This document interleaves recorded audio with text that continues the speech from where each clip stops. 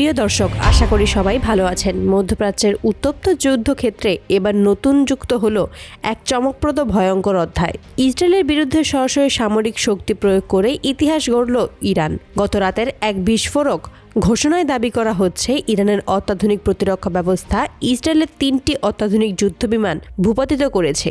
এই ঘটনা পুরো অঞ্চলের যুদ্ধের সমীকরণে বদলে দিতে পারে। বিস্তারিত জানার আগে চলুন এক নজরে দেখে নেই পটভূমি। 2023 সালের অক্টোবর থেকে গাজায় ইসরায়েলের নির্মম অভিযানে এযাবৎ লক্ষাধিক ফিলিস্তিনি নিহত হয়েছেন।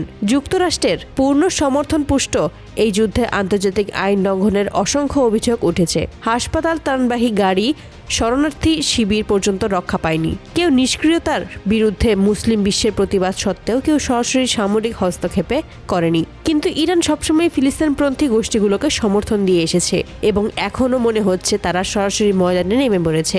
গত রাতের ঘটনাটি ঘটে ইরানের আকাশসীমার কাছাকাছি। সূত্রগুলো দাবি করেছে ইসরায়েলের 3টি অত্যাধুনিক যুদ্ধবিমান সম্ভবত এই যুদ্ধের সেরা জেট ফাইটারগুলোর মধ্যে অন্যতম। গোয়েন্দাগিরি বা সম্ভাব্য হামলার প্রস্তুতির জন্যই ইরান সীমানায় টহল দিচ্ছিল। কিন্তু ইরান তার অত্যাধুনিক রাডার সিস্টেম দিয়ে বিমানগুলোকে শনাক্ত করে ফেলে। এরপরেই প্রতিরক্ষা বাহিনী তাদের অত্যাধুনিক দূরপাল্লার মিসাইল নিক্ষেপ করে। ফলাফল, 3টি ইসরায়েলি যুদ্ধবিমানই সফলভাবে ধ্বংস করা হয়েছে। এই সফল প্রতিহত করার ঘটনাটি শুধু একটি সামরিক বিজয় নয়, এটি একটি বিশাল কূটনৈতিক ও মনস্তাত্ত্বিক বার্তা। ইরান বারবার বলেছে যে তারা ইসরায়েলের অগ্রাসনের জবাব দেবে। এবার তারা সেটি প্রমাণ করে দিল। তাদের প্রতিরক্ষা ব্যবস্থা যে পশ্চিমা অত্যাধুনিক প্রযুক্তির মুখোমুখি হতে সক্ষম সেটি তারা দেখিয়ে দিল। বিশেষজ্ঞদের মতে এই ঘটনা ইসরায়েলের এবং মিত্র মার্কিন যুক্তরাষ্ট্রের জন্য গভীর চিন্তার কারণ হয়ে দাঁড়িয়েছে। তারা এখন খুবই বিচলিত, কারণ আকাশ সীমা এত সহজে আক্রমণাত্মক বিমান দ্বারা লঙ্ঘন করা যাবে না, সেটা ইরানের স্পষ্ট বার্তা। ইসরায়েল এখনও আনুষ্ঠানিকভাবে কোনো প্রতিক্রিয়া জানায়নি, কিন্তু তারা নিশ্চুপ বসে থাকবে না এমনটাই মনে হচ্ছে। ইরানের এই সফল অভিযান পুরো অঞ্চলে উত্তেজনা চরমে নিয়ে গেছে। এটি সরাসরি ইসরায়েল ইরান সংঘাতের দিকে এগিয়ে যাওয়ার একটা বড় পদক্ষেপ। মধ্যপ্রাচ্যে এখনও যে কোনো সময় বড় স্কেলওয়ার শুরু হয়ে যেতে পারে।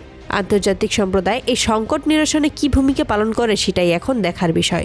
গাজায় চলমান নৃশংসতার পটভূমিতে এই নতুন সামরিক সংঘাত পুরো বিশ্বের জন্যই হুমকি স্বরূপ। ইরানের এই পদক্ষেপ ফিলিস্তিনি ইস্যুতে সরাসরি সামরিক হস্তক্ষেপের নতুন দিগন্ত খুলে দিয়েছে।